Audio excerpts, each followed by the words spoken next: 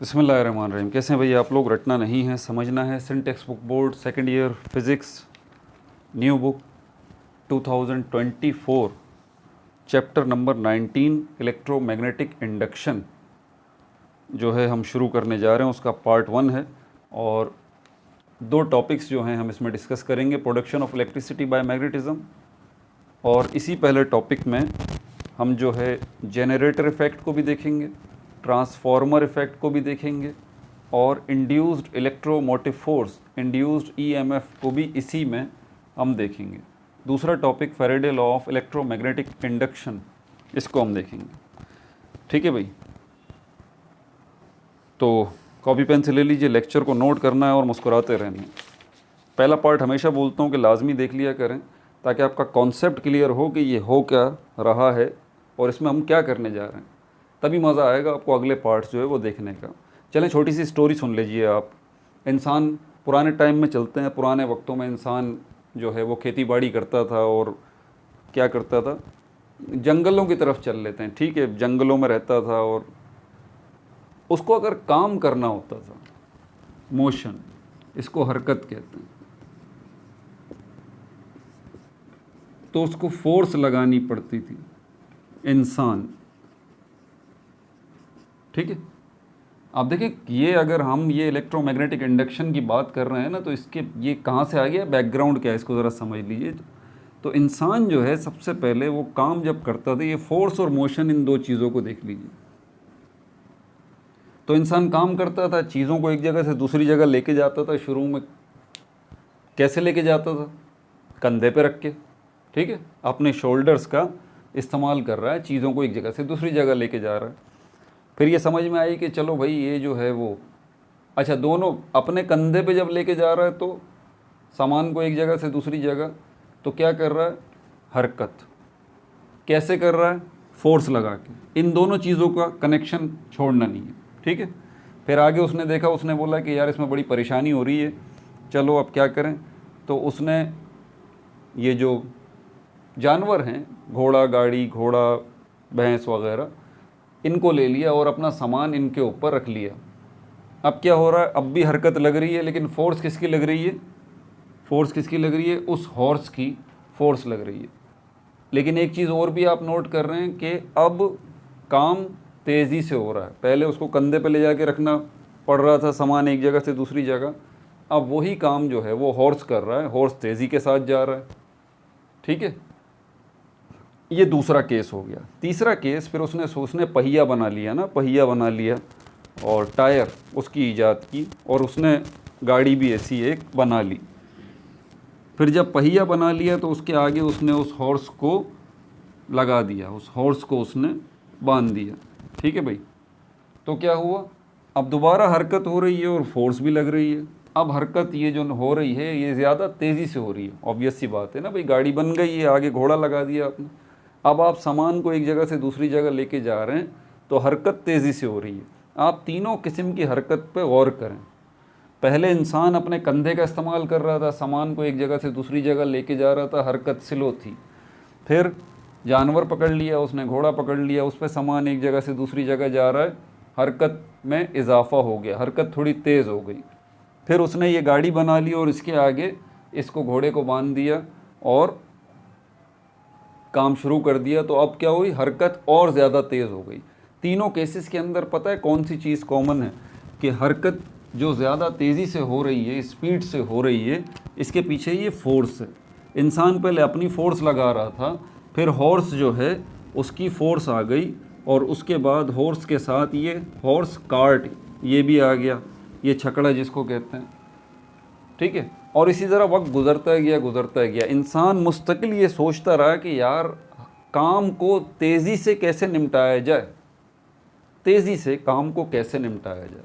ये टाइम होता गया और आगे चले गए, और आगे फिर जो है वो 17th सेंचुरी, 16th सेंचुरी और 1600 या 1700 आप ले लीजिए, ये जो टाइम पीरियड है ये शुरू हो गया 1600 और 1700 ना। तो उसके बाद एक वाक़या हुआ, जेम्स वॉट, ये साइंटिस्ट जो थे, जेम्स वॉट ये साइंटिस्ट थे, छोटे थे, अपने बचपन में कुछ इसी किस्म की स्टोरी है। तो ये देख रहे थे अपने ड्राइंग रूम में, क्योंकि पहले चाय बनती थी तो इलेक्ट्रिक केटल होती थी, इलेक्ट्रिक केटल होती थी, उसमें पानी बॉयल होता था, ठीक है, इलेक्ट्रिक केटल नहीं मतलब केटल होती थी, तो उसमें पानी बॉयल होता था पहले। तो वो जो चाय की केतली थी उसमें जब पानी बॉयल होने लगा तो उन्होंने उसके ढक्कन को देखा कि ढक्कन जो है वो उछल रहा है, होता है ना भाई, पानी बॉयल हो जाता है। तो उसके बाद उन्होंने ढक्कन की हरकत को देखा, केटल का ढक्कन अप एंड डाउन हो रहा है, अप एंड डाउन हो रहा है। तो वो जो बैठे हुए थे ये जेम्स वॉट, तो इन्होंने बोला कि यार ये हरकत जो हो रही है, काम हो रहा है, इसके पीछे क्या इन्वॉल्व है? स्टीम, काम है ना भाई। देखें छोटा सा एक वाक्य है, स्टीम, स्टीम कैसे मिल रही है? हीट से मिल रही है। तो उन्होंने आइडिया लगाया कि हीट के ज़रिए स्टीम क्रिएट की जा सकती है, क्योंकि यहाँ पर यही तो हो रहा है। वो जो केटल है जिसमें पानी बॉयल हो रहा है, पानी बॉयल होने के बाद पानी बॉयल होके स्टीम बन रहा है, वो स्टीम जो है उस केतली के, उस केटल के ढक्कन से टकरा रही है और ढक्कन अप एंड डाउन हो रहा है, अप एंड डाउन हरकत कर रहा है। तो उन्होंने, उनके दिमाग में ये बात क्लिक की कि यार हीट की मदद से, स्टीम की मदद से क्या काम, क्या करवाया जा सकता है? हरकत करवाई जा सकती है। आप देखें, हरकत करवाई जा सकती है, मोशन, चीज़ों को हरकत दी जा सकती है। और उसके थोड़े टाइम बाद ही फिर पता है क्या बना? स्टीम इंजन बना, स्टीम इंजन बना। आपने पुरानी फिल्मों के अंदर देखा होगा या मूवीज़ में भी देखा होगा, वो ट्रेन जो है वो छुक छुक करती हुई जा रही है और ट्रेन के ऊपर से धुआं निकल रहा है, ठीक है। तो वो पहले पुराने वक्तों की 200-300 साल पहले जो ट्रेनें चलती थी, उनके आगे जो इंजन लगा होता था उसके ऊपर से धुआं क्यों निकल रहा होता था भाई? क्या हो रहा है? धुआं इसलिए निकल रहा है क्योंकि अंदर कोयला जल रहा है। कोयला क्यों जल रहा है भाई? कोयला इसलिए जल रहा है क्योंकि वो कोयले को जला के उससे पानी को बॉयल किया जाता है और पानी को बॉयल करके उससे स्टीम हासिल की जाती है। और स्टीम जो है वो क्या करती है? अंदर इंजन के पिस्टन को हरकत देती है, पिस्टन को, पिस्टन को। और पिस्टन जब हरकत करता है तो फिर क्या होता है? पिस्टन के साथ जो दूसरे पुर्जे हैं इंजन के, वो हरकत करते हैं और फाइनली वो सारे पुर्जे जाके किससे कनेक्ट होते हैं? इंजन के टायर से, इंजन के टायर से कनेक्ट होते हैं। तो उस रेलगाड़ी के अंदर क्या हो रहा है? उस रेलगाड़ी के अंदर जो है वो पानी को बॉयल किया जा रहा है कोयले की मदद से, कोयला जल रहा है, उससे पानी बॉयल हो रहा है, बॉयल पानी से स्टीम मिल रही है और स्टीम से क्या हो रहा है? स्टीम से ये पिस्टन जो है ये हरकत कर रहा है स्टीम के प्रेशर से, ठीक है। और ये पिस्टन जब हरकत कर रहा है तो इसके साथ दूसरा जो पुर्जा लगा हुआ है इंजन का वो हरकत कर रहा है, उससे तीसरा हरकत कर रहा है, उससे चौथा हरकत कर रहा है, सब हरकत कर रहे हैं ना मुस्तकिल। और फाइनली जो आखिरी पुर्जा जो है, आखिरी पुर्जा, आखिरी डिवाइस जो है, आखिरी इक्विपमेंट इन टायर्स के साथ कनेक्ट है। तो ये टायर्स हरकत कर रहे हैं और मतलब पूरा इंजन हरकत कर रहा है। अब इंजन हरकत कर रहा है तो इसके पीछे बोगियां लगी हुई हैं, बोगियां लगी हुई हैं, वो भी हरकत कर रही हैं। तो पूरी ट्रेन एक जगह से दूसरी जगह चल रही है। देखें ज़रा ये छोटा सा आइडिया, हीट से स्टीम हासिल करना और स्टीम से हरकत लेना। ये जो स्टीम की मदद से हरकत ली जा रही थी, हीट की मदद से, बेसिकली इसमें हीट इन्वॉल्व थी। ये स्टीम इंजन बना और उसके बाद दूसरा इंजन कौन सा बना? Combustion engine, internal combustion engine, जो कि आपकी बाइक में लगा हुआ है, जो कि आपकी कार में लगा हुआ है। वहाँ पर भी तो यही हो रहा है, वहाँ पर भी तो हीट ही है, बस स्टीम नहीं है, स्टीम की जगह पर वेपर्स हैं, ठीक है। और वही सेम काम हो रहा है, ये हम पिछली वीडियोस के अंदर तफसील से डिस्कस कर चुके हैं। तो इंटरनल कंबस्शन इंजन के अंदर जो पेट्रोल है वो जल रहा है भाई। ये जो रेलगाड़ी है इसके अंदर पानी बॉयल हो रहा है, पानी से स्टीम मिल रही है, स्टीम के प्रेशर से पिस्टन हरकत कर रहा है और बाकी पुर्जे हरकत कर रहे हैं और इंजन हरकत कर रहा है, इंजन के टायर हरकत कर रहे हैं, मतलब इंजन हरकत कर रहा है। और इसके अलावा आपकी बाइक के अंदर, आपकी कार के अंदर पेट्रोल बर्न हो रहा है, पेट्रोल बर्न हो रहा है तो उससे हीट मिल रही है, हीट मिल रही है और गैसेस मिल रही हैं। तो ये गैसेस और हीट जो है ये क्या कर रही हैं? ये प्रेशर लगा रही हैं दोबारा किसके ऊपर? आपकी बाइक के इंजन के अंदर जो पिस्टन है उसके ऊपर। पिस्टन हरकत कर रहा है तो इसके साथ दूसरा जो पार्ट है वो हरकत कर रहा है, तो उसके साथ तीसरा पार्ट है वो हरकत कर रहा है। फाइनली आखिरी पार्ट जो है इंजन का, जो कि टायर के साथ कनेक्ट है, वो हरकत कर रहा है, तो टायर हरकत कर रहे हैं और आपकी बाइक आगे जा रही है, आपकी कार आगे जा रही है। अब ज़रा इंसान को देखें, इंसान ने जो है वो हरकत पहले किससे की, अपने खुद हरकत की, ठीक है, उसके बाद उसने हॉर्स को इन्वॉल्व किया, फिर हॉर्स के साथ ये कार्ट लग गया, और अब इंसान ने हरकत को कितना तेज़ कर दिया। इसमें देखें क्या कौन सी चीज़ इन्वॉल्व है, क्या इसके अंदर इंसान इन्वॉल्व है इस स्टीम इंजन के अंदर, क्या इसके अंदर कोई जानवर इन्वॉल्व है, कोई गाड़ी है, कोई जानवर लगा हुआ आगे, नहीं, ना तो इंसान खुद हरकत कर रहा है और ना ही कोई जानवर हरकत कर रहा है। तो ये जो रेलगाड़ी है एक जगह से दूसरी जगह जा रही है, जो ट्रेन जा रही है, ये कैसे जा रही है, ट्रेन हरकत कर रही है ना, तो हरकत ट्रेन कर कैसे रही है, हीट की मदद से। 300-400 साल पहले इंसान एक तो हीट की मदद से हरकत करवाना चाह रहा था, इसके अलावा, और ये हीट की मदद से जितनी भी हरकत है ना, ये हम अगर आप देखें chapter number 15 molecular theory of gases पढ़ा है आपने, उसके अंदर गैसेस की मॉलिक्यूलर थ्योरी को क्यों डिस्कस किया गया है। और फिर अगला चैप्टर जो चैप्टर नंबर 16 है, फर्स्ट लॉ ऑफ थर्मोडायनामिक्स, उसके अंदर उन्हीं गैसेस की हरकत को बेस बना के प्रेशर डेवलप करवाया गया। इंटरनल कंबस्शन इंजन के अंदर क्या होता है, यही होता है ना, फर्स्ट लॉ ऑफ थर्मोडायनामिक्स। उसके अंदर आपने पेट्रोल की बात की सारी की सारी, और पेट्रोल की मदद से आपने प्रेशर की बात की, गैसेस जो प्रेशर डेवलप कर रही हैं। और फिर चैप्टर नंबर 17 जो है सेकंड लॉ ऑफ थर्मोडायनामिक्स, उसके अंदर आप इंजन की बात कर रहे हैं, आप तसलसल देख रहे हैं, कंटिन्यूटी। पहले आप गैस की बात कर रहे हैं, ठीक है, molecular theory of gases chapter number 15 के अंदर। चैप्टर नंबर 16 के अंदर फिर आप किसकी बात कर रहे हैं, अगला स्टेप पेट्रोल की बात कर रहे हैं। फिर chapter number 17 second law of thermodynamics, आप किसकी बात कर रहे हैं, आप इंजन की बात कर रहे हैं। पेट्रोल, पहले गैसेस की बात हो गई, फिर पेट्रोल की बात हो गई, फिर इंजन की बात हो गई, चैप्टर नंबर 15, 16, 17।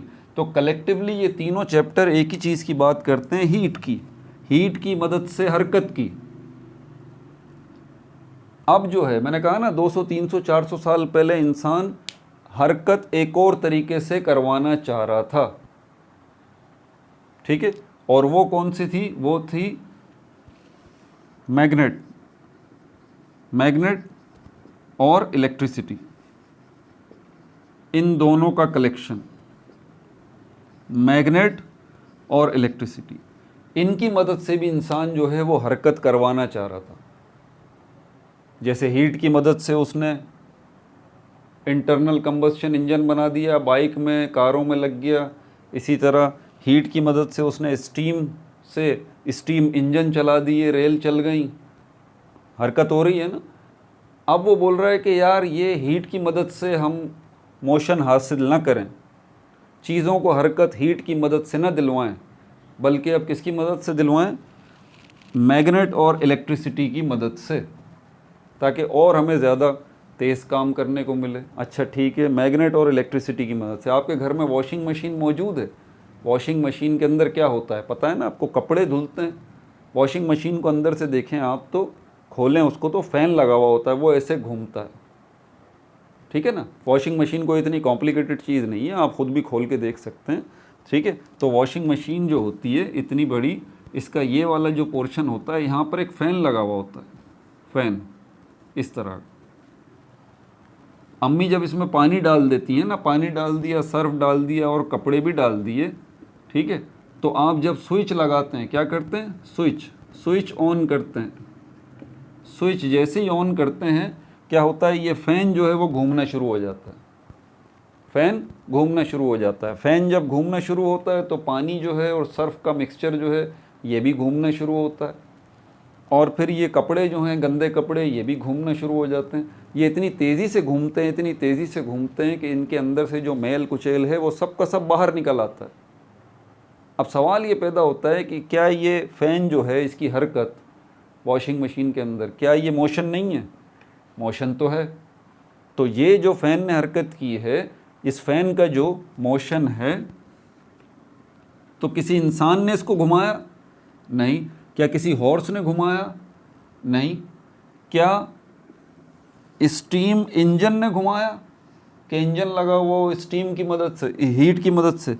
क्या इंटरनल कंबस्शन इंजन लगा हुआ है जो कि हीट दे रहा है, जिसकी मदद से ये घूम रहा है फैन? जैसे कि इंटरनल कंबस्शन इंजन आपकी बाइक्स में लगे हुए हैं, कारों में लगे हुए हैं, वो हरकत कर रहे हैं, वो काम कर रहे हैं इंटरनल कंबस्शन इंजन, और उनके अंदर हीट काम कर रही है, तो आपकी बाइक्स चल रही हैं, कारें चल रही हैं। तो क्या ऐसा कोई है कि आप पेट्रोल डाल रहे हैं? आप नहीं, पेट्रोल तो नहीं डाल रहे। आप गौर करें, ना तो आप कोई काम कर रहे हैं, ना कोई हॉर्स काम कर रहा है, ना कोई हीट काम कर रही है यहाँ पर, बल्कि ये फ़ैन जो चल रहा है किसी मदद से आपने स्विच ऑन किया है। स्विच के पीछे क्या मौजूद है? इलेक्ट्रिसिटी मौजूद, इलेक्ट्रिसिटी मौजूद। पता है ये इलेक्ट्रिसिटी, स्विच की मदद से जो इलेक्ट्रिसिटी अंदर आ रही है, अब ये नीचे वाला जो पोर्शन है ना, इसमें पता है क्या लगा हुआ है? इसमें मोटर लगी हुई है, इसमें मोटर लगी हुई है। वो मोटर असल में घूम रही है, तो ये फैन घूम रहा है, ये मोटर कनेक्ट है इसके साथ, और इस मोटर के साथ क्या कनेक्ट है? ये स्विच कनेक्ट है। तो जब आपने स्विच ऑन किया, इलेक्ट्रिक करंट इस वायर के ज़रिए इस मोटर को मिला, और इलेक्ट्रिक करंट जब मिला इस मोटर को, तो इस मोटर ने घूमना शुरू किया। ये मोटर जब घूमी तो इसके साथ ये ऊपर फैन कनेक्ट है, ये भी घूमना शुरू हो गया। तो असल में ये फ़ैन जो घूमा है वो इस मोटर की वजह से घूमा है। ये थी वो दूसरी चीज़ इंजन के बाद जो कि इंसान ने बनाई। ये सब उसी टाइम में बन गया था, 200, 300, 400 साल पहले, 300 साल पहले मोटर भी बन गई थी, इलेक्ट्रिक मोटर भी बन गई थी, और इंजन भी बन गया था। इंजन जो है वो चलते थे हीट की मदद से, स्टीम की मदद से, और ये मोटर जो थी ये चलती थी इलेक्ट्रिसिटी की मदद से, इलेक्ट्रिक करंट की मदद से। अब ये इलेक्ट्रिक करंट इसके अंदर कहाँ से आ गया? इलेक्ट्रिक करंट ने आखिर क्या किया है? ऐसा क्या किया है? कुछ तो ऐसा हुआ होगा जिसकी वजह से। और ये मोटर आपको सब में नज़र आएगी। आपके घर, आपके जो फ़ैन लगे हुए हैं, सीलिंग फ़ैन, छत पे जो फ़ैन लगे हुए हैं, उसमें भी आपको मोटर नज़र आएगी। आपकी वॉशिंग मशीन में भी ये मोटर नज़र आएगी। ये मोटर आपको जगह जगह नज़र आएगी। इलेक्ट्रिकल अप्लायंसेस के अंदर ये मोटर नज़र आएगी आपको लाजमी। तो ये मोटर मेन चीज़ है कि ये हरकत कर रही है। अब इस मोटर के अंदर अगर हम देखें, इसको हम इलेक्ट्रिक मोटर कहते हैं। इसके अंदर पता है क्या लगा हुआ है? इस इलेक्ट्रिक मोटर के अंदर मैग्नेट लगे। और मैग्नेट जो है उसके साथ क्या लगा हुआ? दो चीज़ें बता देता हूँ इस मोटर के अंदर। एक चीज़ जो है मैग्नेट है, और दूसरी चीज़ है कॉइल ऑफ वायर। कॉइल का मतलब होता है गुच्छा, तार का गुच्छा ऐसा होता है। किस तरह का? इस तरह का। ये तार का गुच्छा है, इसको कॉइल कह रहे हैं।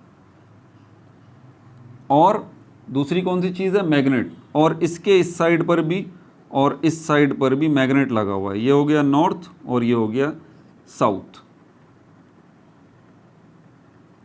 अब क्या हो रहा है? जैसे ही आप स्विच ऑन कर रहे हैं ना, तो इलेक्ट्रिक करंट जो जा रहा है वो इन मैग्नेट्स को मिल रहा है। और जब इन मैग्नेट्स को मिल रहा है तो मैग्नेट्स जो हैं क्या कर रहे हैं? ये मैग्नेटाइज हो रहे हैं।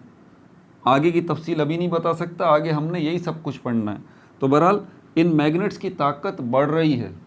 ये मैग्नेट की जो मैग्नेटिक फील्ड है, इस मैग्नेट की जो मैग्नेटिक फील्ड है, वो इस कॉइल के अंदर जो इलेक्ट्रिक करंट घूम रहा है, आपको याद है ना, पिछली वीडियोस में हमने देखा है, ये कॉइल जो है वो, इसमें क्या मौजूद है? इलेक्ट्रिक करंट मौजूद है। क्योंकि आपने इस कॉइल को किससे कनेक्ट किया हुआ? आपने जो स्विच ऑन किया है तो तार किसके साथ कनेक्ट हो रही है? मोटर के साथ।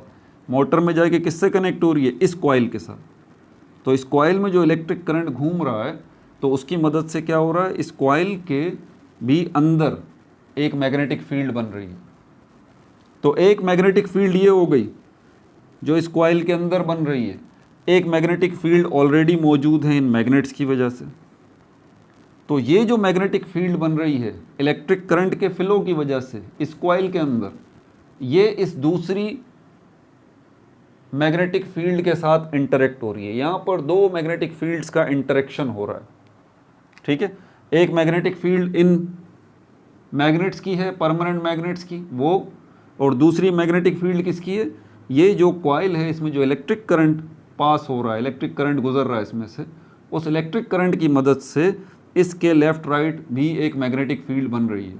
तो ये एक मैग्नेटिक फील्ड जो इसके अंदर बन रही है, और दूसरी मैग्नेटिक फील्ड ये जो मैग्नेट्स बाहर जो लगे हुए हैं इनकी मैग्नेटिक फील्ड। ये दो मैग्नेटिक फील्ड जब इंटरेक्ट होती हैं ना, तो उसके बाद क्या होता है, ये कॉइल घूमने लगती है।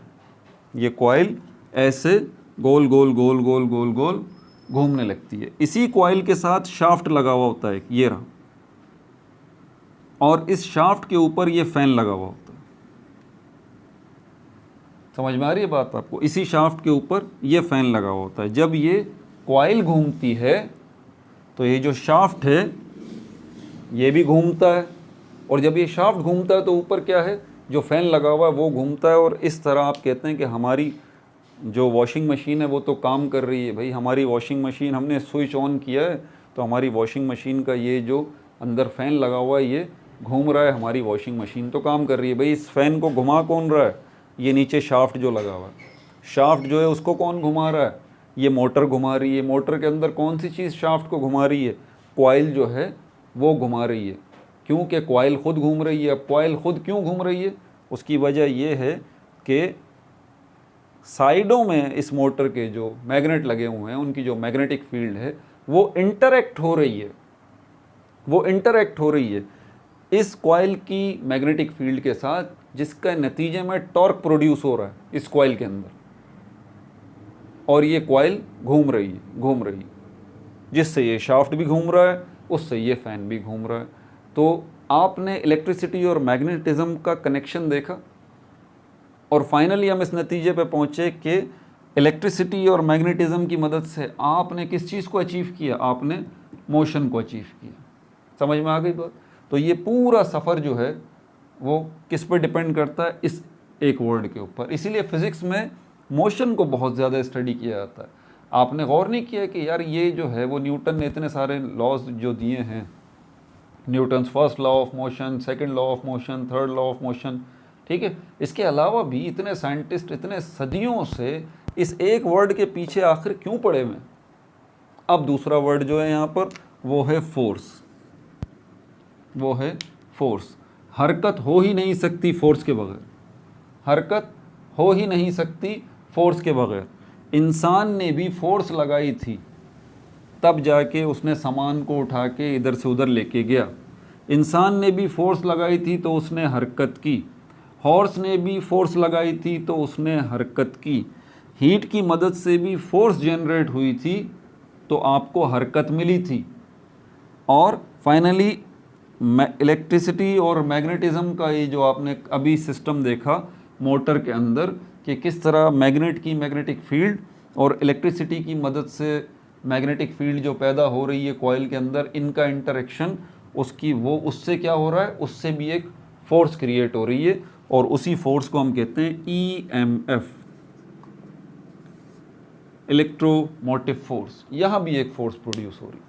तो इलेक्ट्रोमोटिव फोर्स एक ख़ास किस्म की फोर्स है जो कि सिर्फ और सिर्फ ये मैग्नेट और इलेक्ट्रिसिटी से रिलेट करती है। ये एक ऐसी फोर्स है इलेक्ट्रोमोटिव फोर्स जो कि मैग्नेटिक फील्ड जो कि इस मैग्नेट की है, और दूसरी मैग्नेटिक फील्ड जो इस इलेक्ट्रिसिटी की मदद से इस कॉइल के अंदर पैदा हो रही है।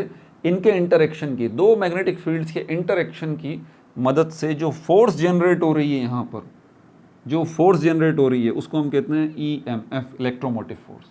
ठीक है भाई, ये सारा का सारा ओवरव्यू मैंने आपको बता दिया कि चैप्टर नंबर 19 में अब हम जो इलेक्ट्रोमैग्नेटिक इंडक्शन ये हम पढ़ने जा रहे हैं, जो अब इसके पीछे हम करने क्या जा रहे हैं, हम आसान लफ्ज़ों में अब इस मोटर को डिस्कस करने जा रहे हैं, हम हरकत को डिस्कस करने जा रहे हैं in the light of electricity and magnetism.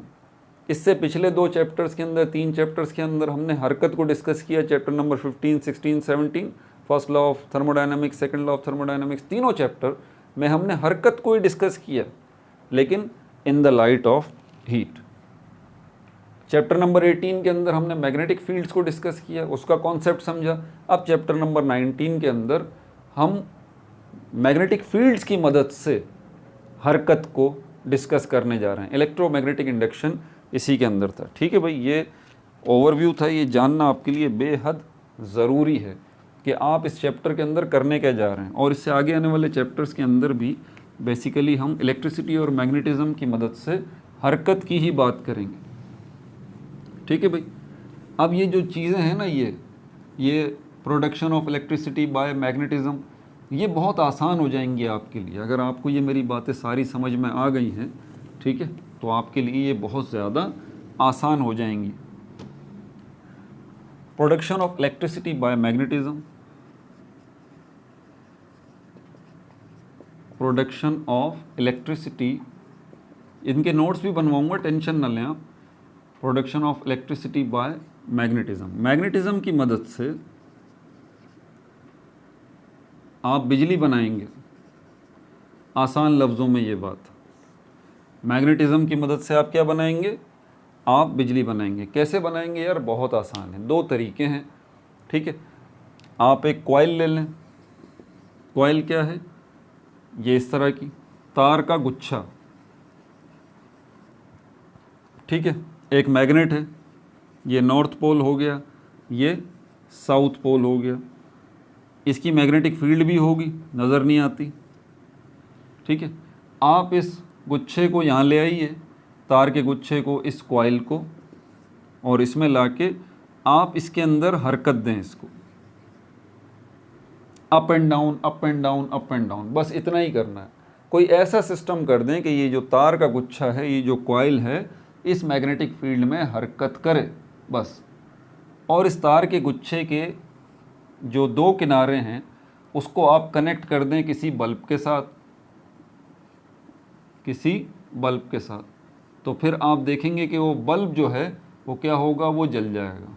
या तो फिर गैल्वेनोमीटर इसके साथ लगा दें। गैल्वेनोमीटर का तो काम ही ये है ना, वो आपको ये बताता है कि आया इलेक्ट्रिसिटी मौजूद है या नहीं है। तो यहाँ पर अगर आप गैल्वेनोमीटर इसके साथ अटैच कर देंगे, ठीक है, तो वो गैल्वेनोमीटर भी आपको बताएगा, गैल्वेनोमीटर के भाई इलेक्ट्रिसिटी जनरेट हो रही है, इन तारों के अंदर अब इलेक्ट्रिक करंट दौड़ रहा है।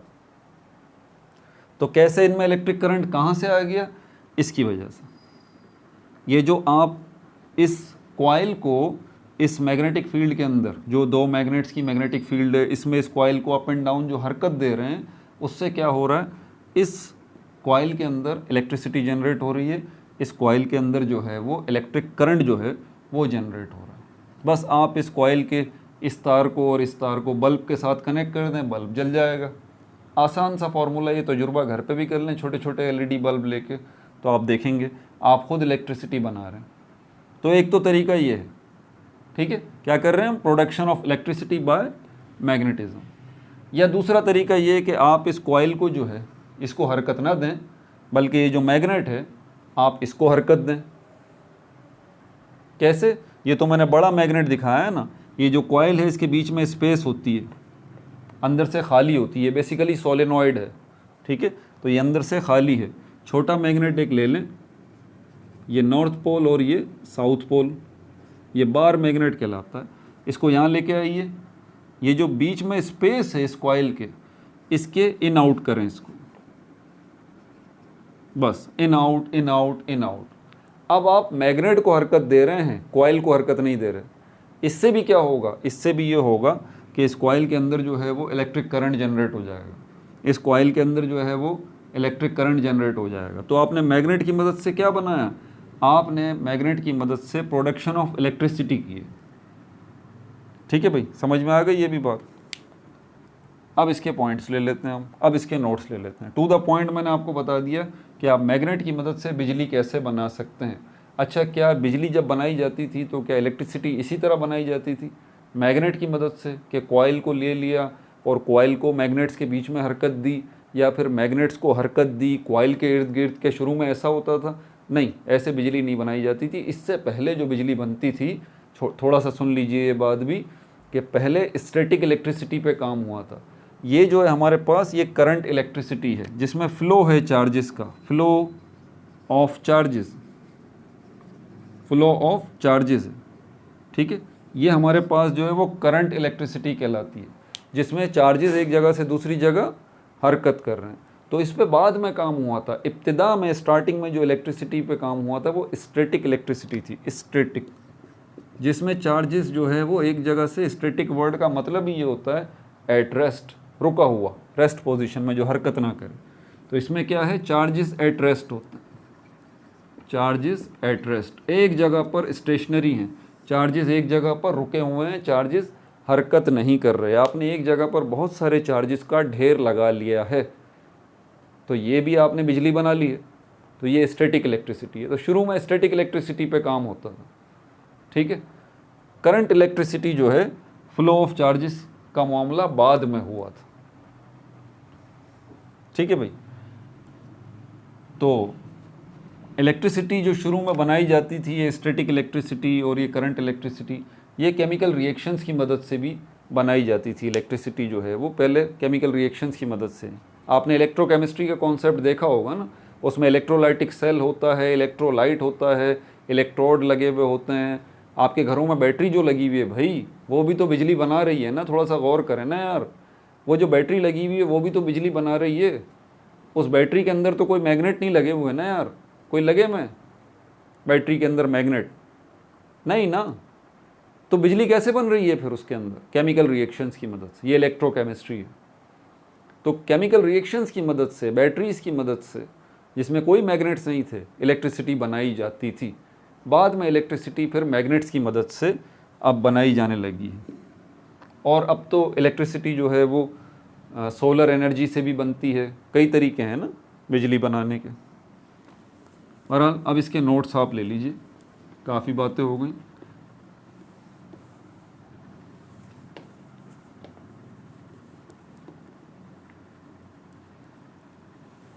लेकिन ये बात आपने याद रखनी है, जब हम प्रोडक्शन ऑफ इलेक्ट्रिसिटी की बात कर रहे हैं, जब हम प्रोडक्शन ऑफ इलेक्ट्रिसिटी की बात कर रहे हैं, तो इलेक्ट्रिसिटी से ये बात जहन में रखिएगा,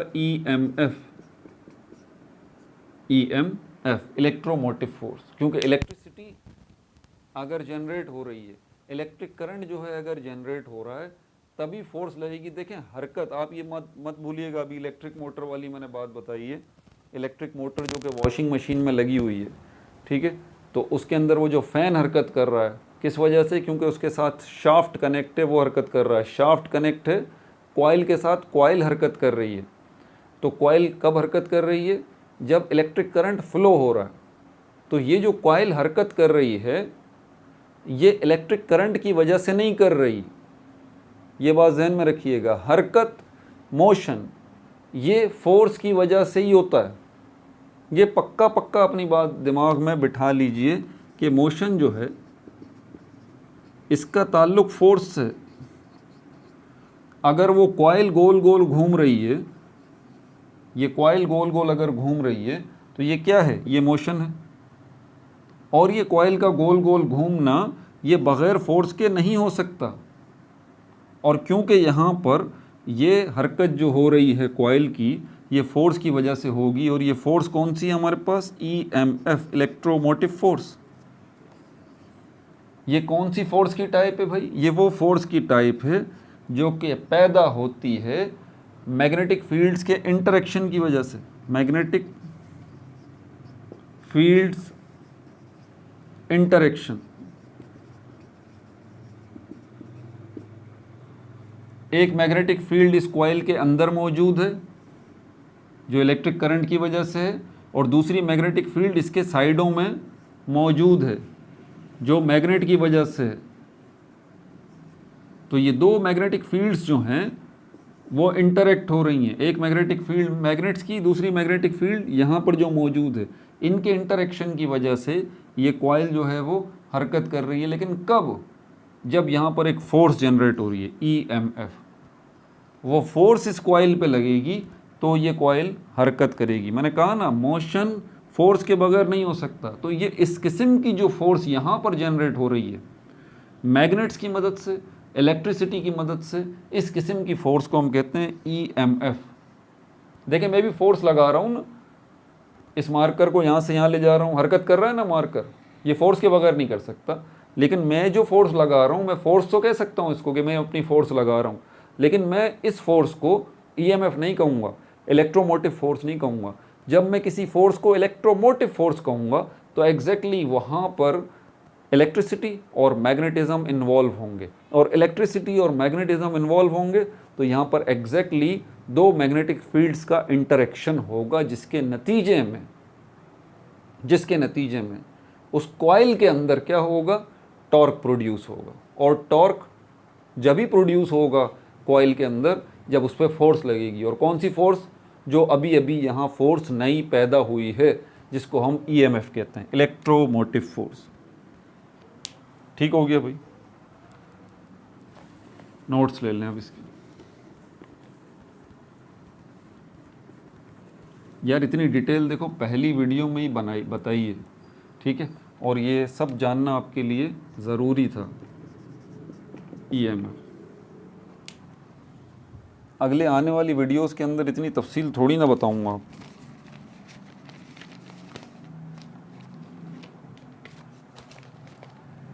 production of electricity bye magnetism मतलब प्रोडक्शन ऑफ ईएमएफ।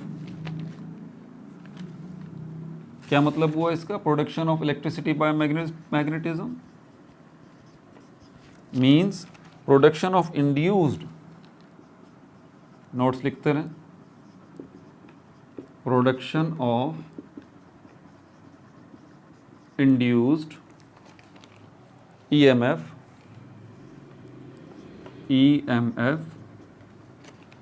इन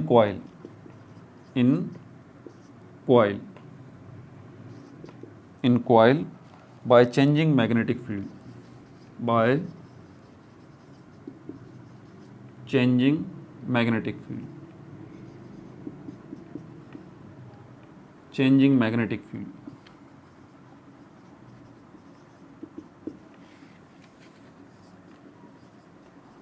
तो जब आपसे कहा जाए कि production of electricity bye magnetism, तो इसका दूसरा मतलब क्या है, इसका मतलब यह है कि production of induced electromotive force.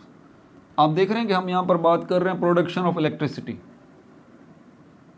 और नीचे हम क्या बात कर रहे हैं, production of induced electromotive force. तो यार गड़बड़ नहीं करना है, जब इलेक्ट्रिसिटी की प्रोडक्शन की बात हो रही है तो इनडायरेक्ट वे में प्रोडक्शन ऑफ ईएमएफ की बात हो रही है, इलेक्ट्रोमोटिव फोर्स की बात हो रही है। समझ आ रही है बात आपको?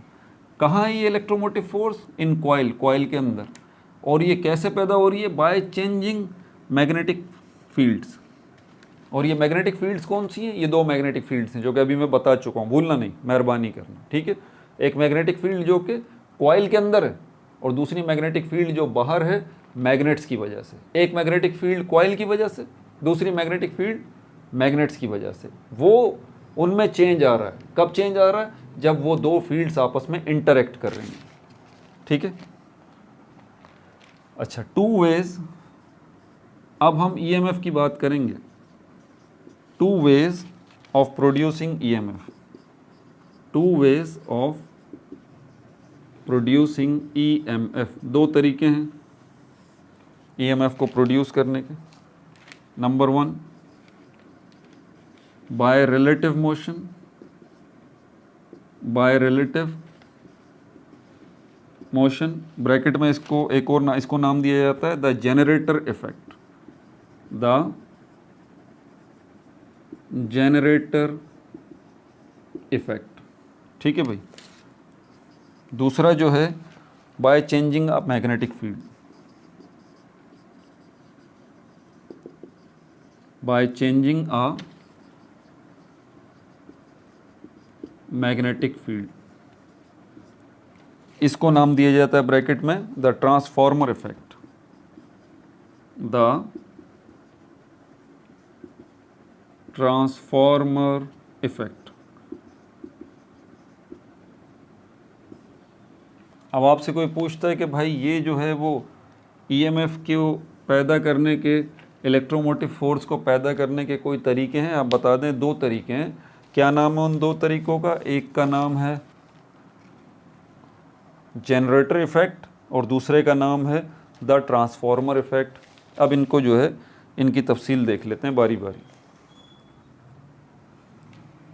पहले बाय रिलेटिव मोशन, इसको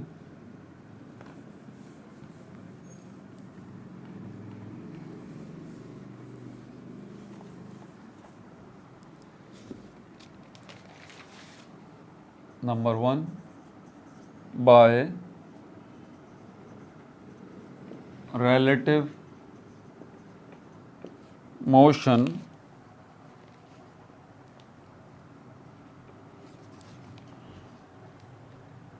इसको क्या कहते हैं? The generator effect, the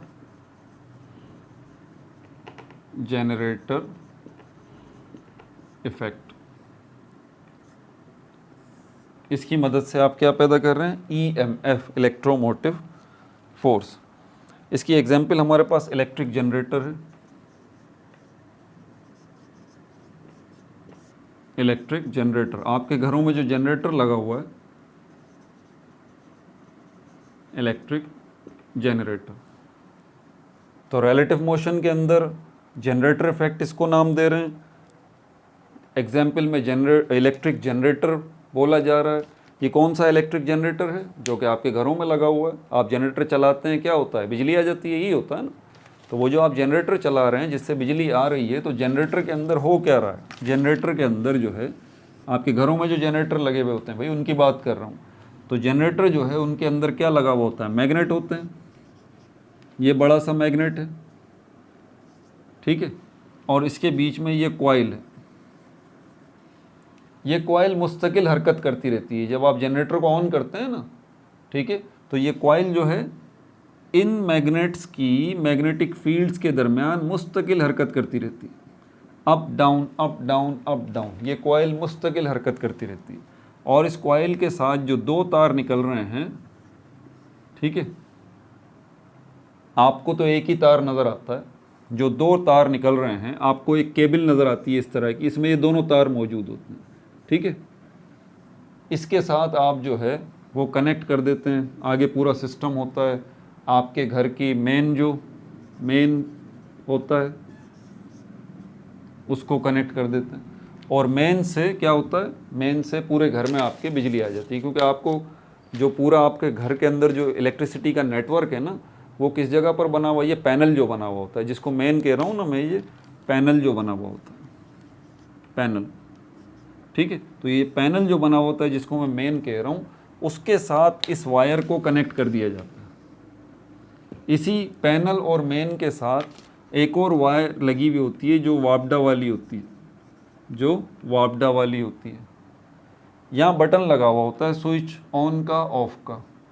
switch on करते हैं, वापडा के साथ कनेक्ट हो जाती है। स्विच मतलब स्विच को आगे पीछे करते हैं तो स्विच ऊपर करते हैं तो वापडा के साथ कनेक्ट हो जाती है।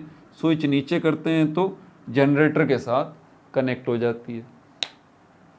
तो जब लाइट आती है तो आप जो है वो स्विच को ऊपर कर देते हैं, वापडा के साथ कनेक्ट कर देते हैं, वापडा मेन में आ जाता है। मेन में आ गई बिजली तो फिर पूरे घर में आ गई, ठीक है। और जब लाइट चली जाती है तो आप स्विच को नीचे कर देते हैं, जनरेटर के साथ कनेक्ट हो जाती है। और ये जनरेटर आगे जाके ये तार कहाँ चली जाती है? जनरेटर के अंदर इस कॉइल के साथ। ये कॉइल जो मुस्तकिल हरकत करेगी अब जब आप जनरेटर को ऑन करेंगे, जब आप जनरेटर को ऑन करेंगे। और जब आप जनरेटर को ऑन करते हैं तो क्या होता है? पेट्रोल जलता है ना। अब यहाँ पर फिर वही first law of thermodynamics, second law of thermodynamics, यहाँ पर भी भाई इंटरनल कंबस्शन इंजन लगा हुआ है। जी बिल्कुल, पेट्रोल जो डाल रहे हैं ना आप अपने जनरेटर के अंदर, तो वो पेट्रोल जल रहा है, उससे हीट प्रोड्यूस हो रही है, हीट से प्रेशर डेवलप हो रहा है। प्रेशर जो है वो क्या कर रहा है? इस जनरेटर के अंदर जो पिस्टन लगा हुआ है उसको पुश कर रहा है। पिस्टन जो है जब हरकत कर रहा है तो पिस्टन कनेक्ट है इसके साथ एक साइड से कॉइल के साथ, और वो पिस्टन जो है इस कॉइल को अप एंड डाउन कर रहा है। आप देख रहे हैं first law of thermodynamics, second law of thermodynamics यहाँ पर कैसे कनेक्ट हो रहा है। तो यहाँ पर जो पेट्रोल फ्यूल जल रहा है उससे हीट रिलीज हो रही है, उससे प्रेशर डेवलप हो रहा है। वो प्रेशर जो है इस कॉइल को up and down in magnets में हरकत दिला रहा है। और ये कॉइल जब हरकत कर रही है इन मैग्नेट्स में, तो उससे क्या हो रहा है? कॉइल के अंदर इलेक्ट्रिक करंट जनरेट हो रहा है, जो यहाँ से निकल के यहाँ आ रहा है और जाके आपकी वापडा के साथ कनेक्ट हो रहा है, ठीक है भाई। अब इसके अंदर क्या है? Bye relative motion the generator effect, इसी को जनरेटर इफेक्ट कहा जाता है। इसमें देखें आप, मैग्नेट हरकत नहीं कर रहे, मैग्नेट अपनी जगह पर रुके हुए हैं। कौन सी चीज़ हरकत कर रही है? कॉइल हरकत कर रही है। मैंने दो तरीके बताए थे जिसकी मदद से आप इलेक्ट्रिसिटी यानी कि ईएमएफ, इंड्यूस्ड ईएमएफ बना सकते हैं। अब यहाँ पर जो दूसरा तरीका है हमारे पास, by changing a magnetic field. अब आप कॉइल को हरकत नहीं देंगे, कॉइल कोई हरकत नहीं करेगी, कॉइल इसी जगह पर रहेगी, ठीक है। ये काम कहाँ होता है? ट्रांसफार्मर, आपके बाहर जो खंबा लगा हुआ है, खंबे के ऊपर ट्रांसफार्मर है। भाई आप वापडा के सितम से तो वाकिफ़ ही है ना, ठीक है। तो आपको पता है ट्रांसफार्मर फट गया, सबको ही पता होगा ये ट्रांसफार्मर क्या होता है। जो बाहर जो ट्रांसफार्मर लगा हुआ होता है उसके अंदर भी क्या है? उसके अंदर यही सिस्टम मैग्नेट है, मैग्नेट है। दूसरे तरीका, by changing a magnetic field, by changing a magnetic field,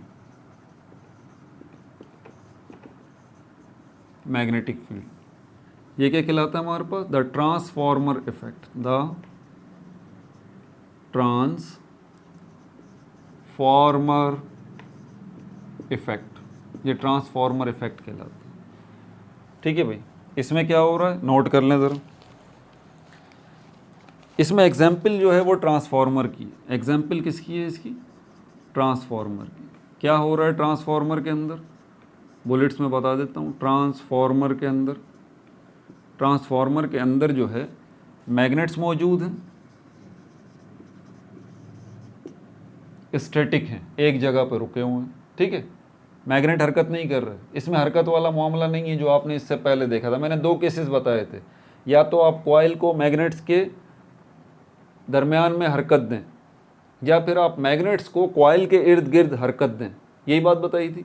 यहाँ ऐसा कोई मामला नहीं है, मैग्नेट्स भी स्टैटिक हैं और कॉइल भी स्टैटिक है, दोनों रुके पड़े हैं ट्रांसफार्मर के अंदर। क्या हो रहा है? ये जो मैग्नेट है, इसकी जो मैग्नेटिक फील्ड है उसमें आप चेंजेस लेके आएंगे। कैसे लेके आएंगे? इलेक्ट्रिक करंट की मदद से। जी, इलेक्ट्रिक करंट एक और सोर्स होगी, यानी कि इस मैग्नेट्स के साथ एक वायर जो है वो कनेक्ट कर दी जाएगी, और वायर जब इस मैग्नेट के साथ कनेक्ट होगी तो क्या होगा? इलेक्ट्रिक करंट जो है वो यहाँ पर मैग्नेट्स के पास आएगा, और इलेक्ट्रिक करंट की मदद से इसकी जो मैग्नेटिक फील्ड है वो बढ़ जाएगी।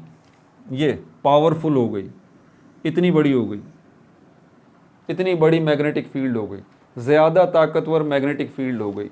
तो आपने मैग्नेटिक फील्ड को चेंज कर दिया ना, इस मैग्नेट की मैग्नेटिक फील्ड में आपने इजाफा कर दिया, और जैसे ही इस मैग्नेट की मैग्नेटिक फील्ड में इजाफा किया आपने, इस मैग्नेट को आपने जो है वो ज़्यादा पावरफुल बना दिया, तो उसका इफेक्ट किसके ऊपर पड़ा? इस कॉइल के ऊपर, इस कॉइल के ऊपर।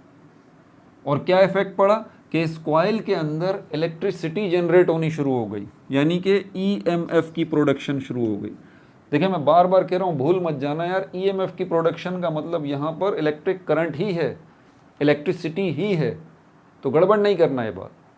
तो जैसे ही यहाँ पर जब इस मैग्नेट की आप मैग्नेटिक फील्ड में चेंज लाएंगे इलेक्ट्रिक करंट की मदद से ट्रांसफार्मर के अंदर, तो क्या होगा? इस मैग्नेट की मैग्नेटिक फील्ड बढ़ जाएगी, ज़्यादा पावरफुल हो जाएगी, और उसका रिजल्ट यहाँ पर इस कॉइल पे पड़ेगा, और ये कॉइल जो है ये क्या होगा? इसके अंदर इलेक्ट्रिसिटी जनरेट होना शुरू हो जाएगी, इसमें इलेक्ट्रिक करंट जनरेट होना शुरू हो जाएगा, मतलब इसमें जो है वो इलेक्ट्रोमोटिव फोर्स की प्रोडक्शन शुरू हो जाएगी।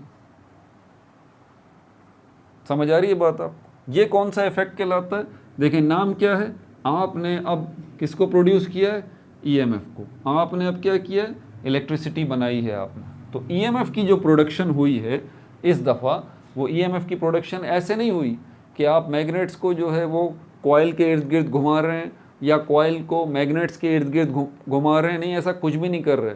मैग्नेट्स भी रुके पड़े अपनी जगह पर, और कॉइल जो है ये भी रुकी पड़ी है अपनी जगह पर। सिर्फ इतना काम हो रहा है कि इस मैग्नेट की मैग्नेटिक फील्ड को बढ़ा रहे हैं आप, चेंज कर रहे हैं। तो इस मैग्नेटिक फील्ड की मैग्नेटिक फील्ड को चेंज करने का रिजल्ट यहाँ पर आपको कॉइल में नज़र आ रहा है कि कॉइल के अंदर इलेक्ट्रिसिटी जनरेट हो रही है, ठीक है भाई। तो ये क्या है? By changing a magnetic field, the transformer effect.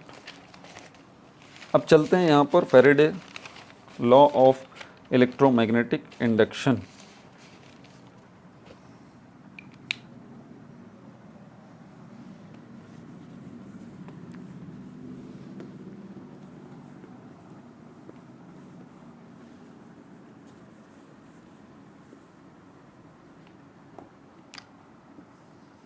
ये वाला टॉपिक हो गया हमारा, प्रोडक्शन ऑफ इलेक्ट्रिसिटी। अब Faraday law of electromagnetic induction, Faraday law of electromagnetic induction.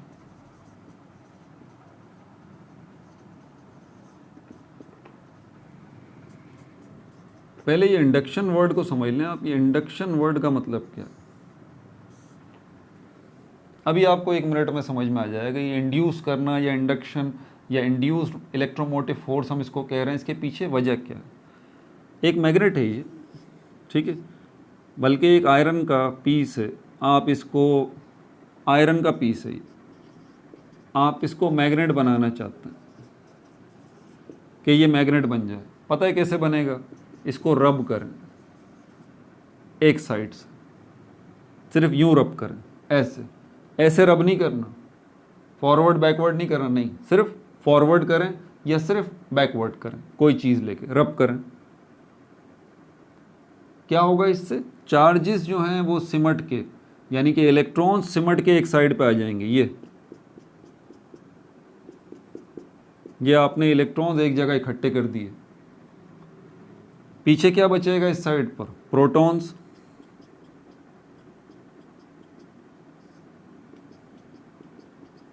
तो ये क्या बन गया भाई, मैग्नेट तो बन गया ही है, ये मैग्नेट बन गया। अब ये मैग्नेट बन गया।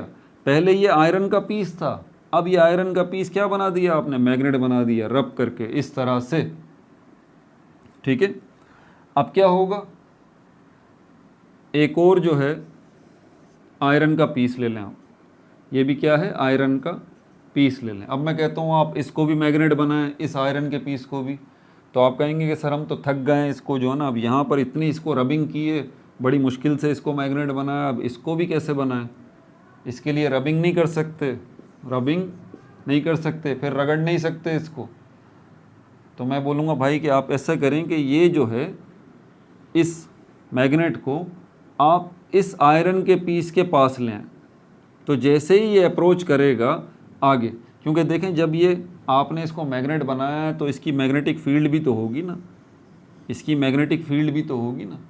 तो ये जो मैग्नेटिक फील्ड है इसकी, इस मैग्नेट की असल में 2 मैग्नेटिक फील्ड्स होती हैं, ये नेगेटिव मैग्नेटिक फील्ड है, ये पॉजिटिव मैग्नेटिक फील्ड है। तो इस मैग्नेट की ये जो नेगेटिव मैग्नेटिक फील्ड है जब इंटरेक्ट होगी यहाँ पर, तो ये आयरन जो है, क्या ये एटम से मिलके नहीं बना, आयरन का पीस ये बना हुआ है, तो एटम से मिलके बना है, तो एटम्स में इलेक्ट्रॉन नहीं होंगे, इलेक्ट्रॉन तो सबसे बाहर ही होते हैं, पता है आपको ये बात। प्रोटॉन्स तो अंदर होते हैं बिल्कुल एटम के न्यूक्लियस में, तो सबसे पहले वास्ता इलेक्ट्रॉन्स के साथ ही पड़ता है, इलेक्ट्रॉन्स के साथ ही। अब ये जो आपने मैग्नेट बनाया है, इसका एक पोर्शन ये जो नेगेटिव वाला है, इसमें इलेक्ट्रॉन इलेक्ट्रॉन इलेक्ट्रॉन इलेक्ट्रॉन ही तो हैं, और इलेक्ट्रॉन दूसरे इलेक्ट्रॉन को क्या करेगा, धकेलेगा, दूर करेगा, दूर करेगा। तो यहाँ पर जब आप इस मैग्नेट को नज़दीक करेंगे इससे, तो ये सारे इलेक्ट्रॉन्स जो हैं, क्योंकि ये पोर्शन इसमें मैग्नेट के क्या हैं, इलेक्ट्रॉन्स हैं ढेर सारे, और जब आप इसको नज़दीक करेंगे तो यहाँ से भी इलेक्ट्रॉन यहाँ भाग जाएंगे, ऐसे ऐसे ऐसे, ये सब सिमट के यहाँ पर आ जाएंगे, ये सारे इलेक्ट्रॉन सिमट के यहाँ पर आ जाएंगे। नेगेटिव नेगेटिव को रिपेल करेगा, इलेक्ट्रॉन इलेक्ट्रॉन को दूर फेंकेगा, तो ये इलेक्ट्रॉन सारे सिमट के यहाँ पर आ गए इस मैग्नेट की, इस नेगेटिव फील्ड की वजह से, इस मैग्नेट के इन ढेर सारे इलेक्ट्रॉन्स की वजह से। अब यहाँ पर क्या बचे, प्रोटॉन बचे।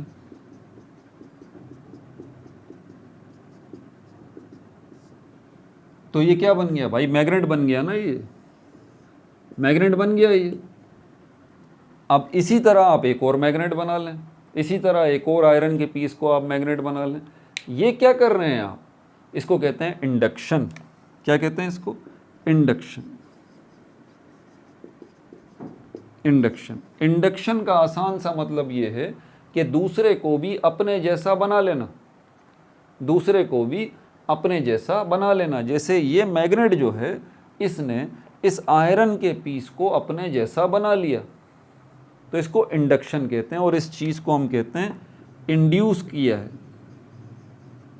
इंड्यूस। अब ये फैराडे का लॉ जो इलेक्ट्रोमैग्नेटिक इंडक्शन है, इसके अंदर भी ऐसा ही कुछ हो रहा है कि एक मैग्नेट की फील्ड जो है वो दूसरे मैग्नेट की फील्ड के साथ इंटरेक्ट हो रही है। यहाँ पर भी इंड्यूस का सिस्टम हो रहा है। अपनी खुसूसियात दूसरे को मुंतकिल कर देना, ये भी मतलब है इंडक्शन का। अपनी खुसूसियात दूसरे को मुंतकिल कर देना। ये जो मैग्नेट है ये अपनी खुसूसियात इसको मुंतकिल कर रहा है। तो वर्ड मीनिंग समझ में आ गई। अब ये आपको समझ में आ जाएगा। और अभी इसमें क्या है, Faraday law of electromagnetic induction, इसका स्टेटमेंट नोट कर लें।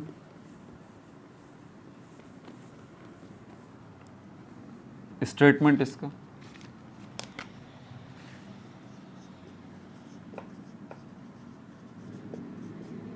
फिर इसकी डेरिवेशन पे चलेंगे, इसकी मैथमेटिकल डेरिवेशन भी है। The EMF induced in a closed circuit, the EMF induced in a closed circuit, the EMF induced in a closed circuit is directly proportional, is directly proportional to the rate of change of magnetic flux, to the rate of change of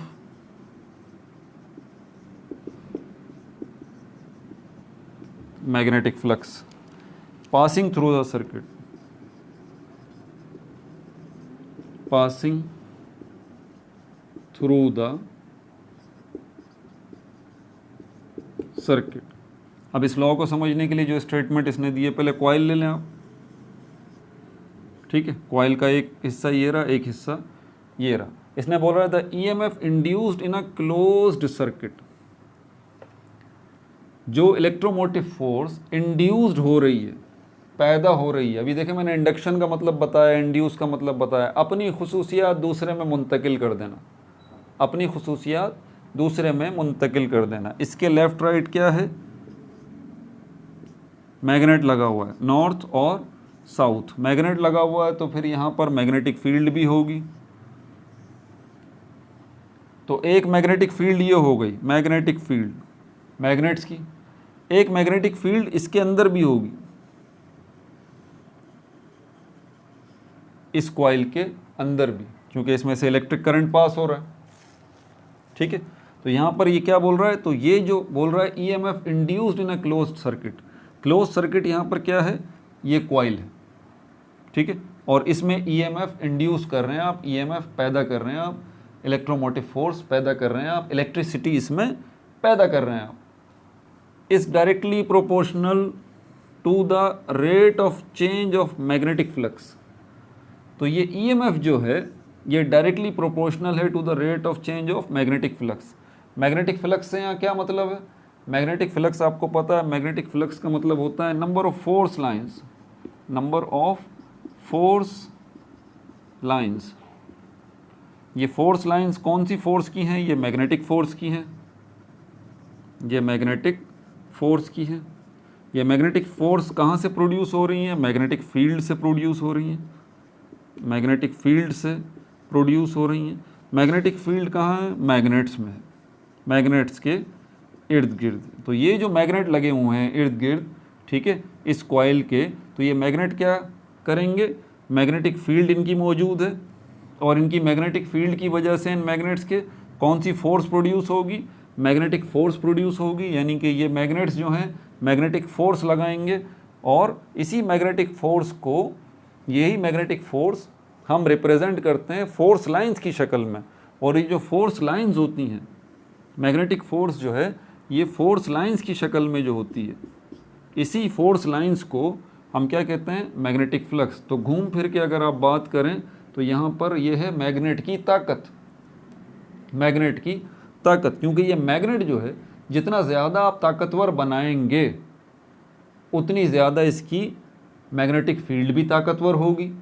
तो जितनी ज़्यादा magnetic field ताकतवर होगी इस magnet की, उतना ही ज़्यादा जो है वो क्या होगा, ये मैग्नेटिक फोर्स लगाएगा इस कॉइल के ऊपर। और मैग्नेटिक फोर्स लगाने का मतलब क्या हुआ कि उतनी ज़्यादा मैग्नेटिक फोर्स लाइंस ये मैग्नेट प्रोड्यूस करेगा, और बहुत ज़्यादा मैग्नेटिक फोर्स लाइंस के प्रोड्यूस करने का मतलब क्या हुआ कि मैग्नेटिक फ्लक्स प्रोड्यूस करेगा। तो मैग्नेट को ज़्यादा ताकतवर बनाया, मतलब मैग्नेटिक फील्ड को ज़्यादा ताकतवर बनाया। मैग्नेटिक फील्ड ज़्यादा ताकतवर हुई तो मैग्नेटिक फोर्स ज़्यादा ताकतवर हुई। मैग्नेटिक फोर्स ज़्यादा ताकतवर हुई तो मैग्नेटिक फोर्स लाइंस जो हैं उनकी तादाद में इजाफा हो गया, और मैग्नेटिक फोर्स लाइंस को ही तो हम मैग्नेटिक फ्लक्स कहते हैं। तो ये बढ़ जाएगा, इलेक्ट्रोमोटिव फोर्स जो इसमें पैदा हो रही है तो ये बढ़ जाएगी, इलेक्ट्रोमोटिव फोर्स बढ़ जाएगी अगर आप rate of change of magnetic flux में इजाफा कर दें। तो जितना ज़्यादा मैग्नेटिक फ्लक्स होगा उतनी ही ज़्यादा इलेक्ट्रोमोटिव फोर्स पैदा होगी इसके अंदर। यही है फैराडे का लॉ ऑफ इलेक्ट्रोमैग्नेटिक इंडक्शन। जितनी पावरफुल मैग्नेटिक फील्ड होगी, जितना पावरफुल मैग्नेटिक फ्लक्स होगा, उतनी ही ज़्यादा जो है इलेक्ट्रोमोटिव फोर्स इसमें पैदा होगी इस कॉइल के अंदर। यही है Faraday law of electromagnetic induction. ठीक है भाई, अब यहाँ पर इसको मैथमेटिकल रिप्रेजेंटेशन देख लें। क्या है ये इसकी मैथमेटिकल रिप्रेजेंटेशन?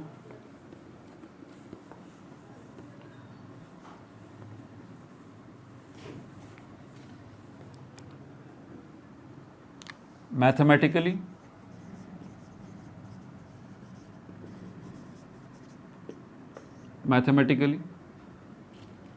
हमारे पास ग्रीक लेटर्स हैं जिसको हम कहते हैं एप्सिलॉन।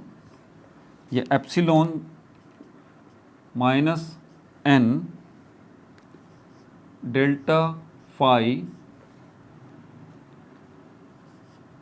ये फाई है, PHI फाई, ये थीटा नहीं है, गलती मत कीजिएगा। ठीक है भाई, और ये एप्सिलॉन है, एप्सिलॉन,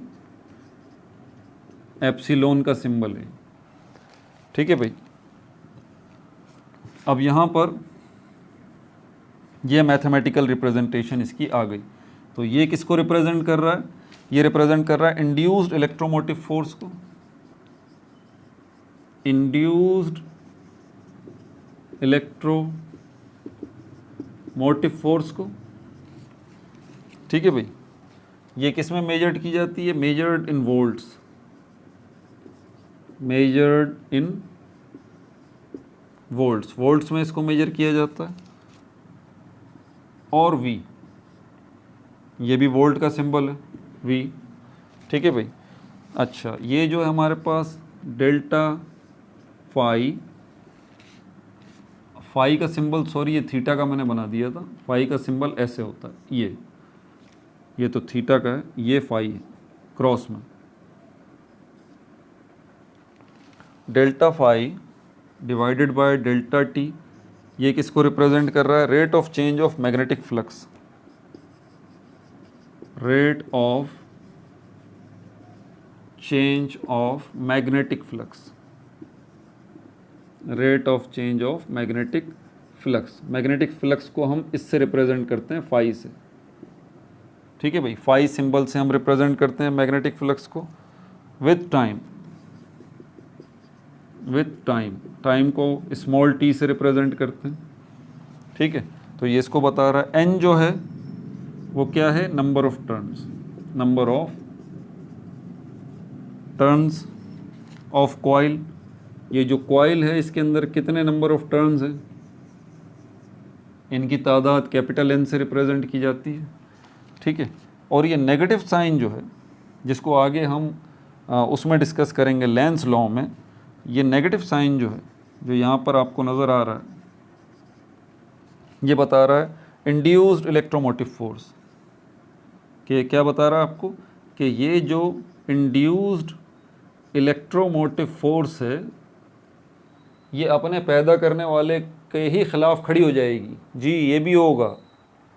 यही इंड्यूस्ड इलेक्ट्रोमोटिव फोर्स जो पैदा हो रही है किसके अंदर? कॉइल के अंदर। ये किसकी वजह से पैदा हो रही है? बाहर जो मैग्नेट लगे हुए हैं उनकी मैग्नेटिक फील्ड की वजह से ना। तो ये जो इंड्यूस्ड इलेक्ट्रोमोटिव फोर्स है ये पैदा होने के बाद किसके ख़िलाफ़ काम शुरू कर देगी? उसी एक्सटर्नल मैग्नेटिक फील्ड के ख़िलाफ़ काम करनी शुरू कर देगी। जी, ये लेंस लॉ में आगे हम देखेंगे। तो ये नेगेटिव साइन यही रिप्रेजेंट कर रहा है कि इंड्यूस इलेक्ट्रोमोटिव फोर्स अपोजेस लड़ना शुरू कर देती है किसके साथ, opposes the change in flux. तो मैग्नेटिक फ्लक्स के अंदर जो हम चेंज लेके आए हैं उस चेंज के खिलाफ ही लड़ना शुरू कर देती है इंड्यूस्ड इलेक्ट्रोमोटिव फोर्स, मतलब उस चेंज को ख़त्म करना चाहती है। वो मैग्नेटिक फ्लक्स जो हमने बढ़ाया है इतनी मुश्किलों से, ये उसको कम करना चाहती है। हमने मैग्नेटिक फ्लक्स इसीलिए बढ़ाया ताकि स्ट्रॉन्ग इलेक्ट्रोमोटिव फोर्स जो है वो पैदा हो, इंड्यूस हो, लेकिन अनफॉर्चुनेटली ये उसके खिलाफ भी काम करना शुरू कर देती है, इसीलिए नेगेटिव साइन हम यहाँ पर लगाते हैं। ठीक है भाई, ये जो हमारे पास इंड्यूस्ड इलेक्ट्रोमोटिव फोर्स है, कुछ फैक्टर्स हैं जिसकी वजह से, जिनको अगर आप देखें तो आप इस इंड्यूस्ड इलेक्ट्रोमोटिव फोर्स की स्ट्रेंथ को जो है वो बढ़ा भी सकते हैं और कम भी कर सकते हैं। उन फैक्टर्स को भी देख लें ताकि टॉपिक जो है वो पूरा हो जाए। Factors affecting the induced electromotive force, factors affecting the induced electromotive force. Electromotive force ज़रूरी नहीं है कि इंडक्शन की वजह से ही पैदा हो, ये भी जहन में रखिएगा।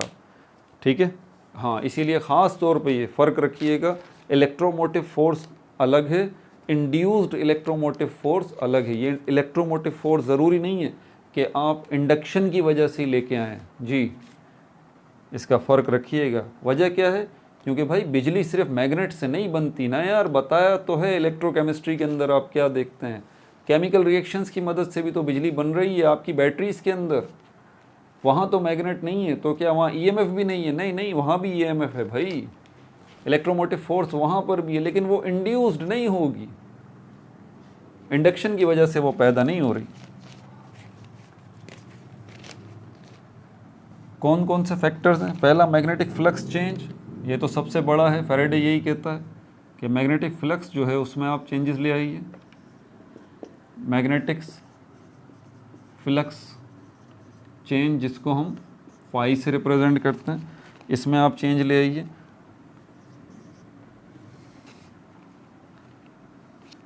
एन, याद आया एन से क्या है? Number of turns of the coil. इनकी वजह से भी जो है वो electromotive force, induced electromotive force पे फ़र्क पड़ता है। ठीक है, तीसरा फैक्टर जो है वो एरिया ऑफ कॉइल है, एरिया ऑफ कॉइल है।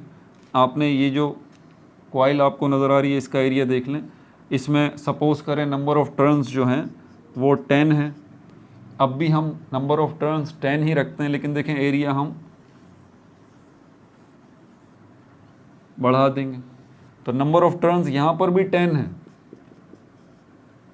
नंबर ऑफ टर्न्स यहाँ पर भी 10 है, लेकिन यहाँ एरिया हमने बढ़ा दिया, तो एरिया बढ़ाने से भी फ़र्क पड़ता है, ये बात हो रही है। ठीक है, अच्छा, ये भी फैक्टर है एक जो कि इलेक्ट्रोमोटिव फोर्स पे असरअंदाज होता है। और angle between magnetic field, number 4 पे क्या है? Number 4, angle between magnetic field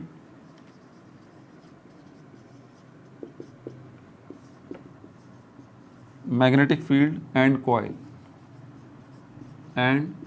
90 degree का होना चाहिए भाई। ये तो हम पहले भी हम देख चुके हैं पिछली वीडियोस के अंदर, एक दूसरे के परपेंडिकुलर इनको होना चाहिए। मैग्नेटिक फील्ड जो है वो कॉइल के परपेंडिकुलर हो, ऐसे 90 डिग्री के एंगल के हो। ठीक है, अगर आपने पैरेलल कर दिया मैग्नेटिक फील्ड को और कॉइल को पैरेलल कर दिया, कोई फ़ायदा नहीं है। मैग्नेटिक फील्ड लाइंस जो हैं, मैग्नेटिक फ्लक्स जो है वो टकराएगा ही नहीं जाके कॉइल से, और जब मैग्नेटिक फील्ड लाइंस जो हैं, मैग्नेटिक फ्लक्स कॉइल से ही नहीं टकराएगा। जैसे कि ये मैग्नेटिक फील्ड लाइंस हैं, ये मैग्नेटिक फ्लक्स है, ये जा रहा है मैग्नेट से निकल के, ये जा रहा है, ये कॉइल है, तो इससे टकराना ज़रूरी है इसका। अगर कॉइल को ये आप यूँ कर दें तो क्या होगा, मैग्नेटिक फील्ड लाइंस ऐसे गुजर जाएंगी ऊपर से, इनका टकराव होगा ही नहीं क्योंकि आपने पैरेलल कर दिया ना भाई, परपेंडिकुलर करें, 90 डिग्री का एंगल रखें, ठीक है। तो ये भी एक चीज़ है। पांचवी जो चीज़ है वो एक्सटर्नल फैक्टर्स हैं। एक्सटर्नल फैक्टर्स में आपके पास टेम्परेचर आ जाता है, वो भी असरअंदाज होता है। एक्सटर्नल फैक्टर्स में आपका एनवायरनमेंट आ जाता है, मतलब जहाँ पर आप ये एक्सपेरिमेंट कर रहे हैं, इंड्यूस इलेक्ट्रोमोटिव फोर्स की ताकत को कम या ज़्यादा चेक करना चाह रहे हैं, इन फैक्टर्स को इन्वॉल्व करके मैग्नेटिक फ्लक्स को चेंज करके आप इंड्यूस्ड ईएमएफ को चेक करना चाहते हैं कि इंड्यूस्ड ईएमएफ बढ़ रहा है या घट रहा है। नंबर ऑफ टर्न्स बढ़ाने से घटाने से इंड्यूस्ड ईएमएफ फोर्स जो है वो बढ़ रहा है या घट रहा है। एरिया ऑफ कॉइल बढ़ाने से घटाने से इंड्यूस्ड इलेक्ट्रोमोटिव फोर्स बढ़ रहा है या घट रहा है। एंगल जो है between magnetic field and coil, इसको चेंज करने से इंड्यूस्ड इलेक्ट्रोमोटिव फोर्स बढ़ रहा है या घट रहा है। तो ये सारी चीज़ें अगर आप चेक करना चाहते हैं तो इसके साथ साथ आपको अपने एनवायरनमेंट को भी देखना पड़ेगा। एक्सटर्नल फैक्टर्स जो हैं आपके एनवायरनमेंट में जो मौजूद हैं, मिसाल के तौर पर कौन कौन से हैं, ये प्रेशर है, ठीक है, टेम्परेचर है, वो कॉइल जो है किस मटेरियल की बनी हुई है इसको भी देखना पड़ेगा आपको, वो मैग्नेट जो है वो किस मटेरियल का बना हुआ है इसको भी देखना पड़ेगा आपको, ठीक है। ये भी मैंने बता दिया, बाकी सारी चीज़ें मैं आपको इसके बता चुका हूँ, ठीक है। तो मैग्नेटिक फ्लक्स के अंदर आप मैग्नेटिक फ्लक्स को बढ़ाएंगे तो इंड्यूस्ड इलेक्ट्रोमोटिव फोर्स बढ़ जाएगी। मैग्नेटिक फ्लक्स को अगर आप घटाएंगे तो इंड्यूस्ड इलेक्ट्रोमोटिव फोर्स भी घट जाएगी, कम हो जाएगी। नंबर ऑफ टर्न्स को अगर आप बढ़ाएंगे तो इंड्यूस्ड इलेक्ट्रोमोटिव फोर्स बढ़ जाएगी। Number of turns in coil अगर आप कम करेंगे तो इंड्यूस्ड इलेक्ट्रोमोटिव फोर्स कम हो जाएगी। एरिया ऑफ द कॉइल आप बढ़ाएंगे तो इंड्यूस्ड इलेक्ट्रोमोटिव फोर्स बढ़ जाएगी। एरिया ऑफ द कॉइल आप कम करेंगे तो इंड्यूस्ड इलेक्ट्रोमोटिव फोर्स भी कम हो जाएगी। एंगल जो है मैग्नेटिक फील्ड और कॉइल के दरमियान 90 डिग्री से अगर आप कम करेंगे तो इंड्यूस्ड इलेक्ट्रोमोटिव फोर्स भी कम हो जाएगी, और अगर एंगल को बढ़ा के 90 डिग्री पर रखेंगे, ये मैक्सिमम है, तो आपकी इंड्यूस्ड इलेक्ट्रोमोटिव फोर्स भी मैक्सिमम पोजीशन पे आ जाएगी। इन सारी चीज़ों को के अलावा एक्सटर्नल फैक्टर्स, प्रेशर जो है वो भी असरअंदाज होता है, बढ़ने से घटने से, टेम्परेचर बढ़ने घटने से भी असरअंदाज होता है, ठीक है। और मटेरियल को भी आपको देखना पड़ेगा, कॉइल और मैग्नेट जो है किस मटेरियल से बने हुए, ठीक है भाई। अगला जो हमारा पार्ट होगा वो होगा लेंस लॉ, उसको हम डिस्कस करेंगे। पहले ही मैं आपको बता देता हूँ ये topics. Faraday law of electromagnetic induction हो गया, लेंस लॉ होगा, eddy currents and their magnetic and heating effect ये होगा, सेल्फ इंडक्शन ये होगा, energy stored in an inductor ये होगा, energy produced in self induction ये होगा, म्यूचुअल इंडक्टेंस ये होगा, transformer, motional electromotive force, AC generator, AC motor, production of back EMF in electric motors ये होगा। उसके बाद फिर हम इसकी एक्सरसाइज पे चलेंगे, ठीक है भाई। अपना बहुत ज़्यादा ख्याल रखिएगा। No like no subscribe, only share.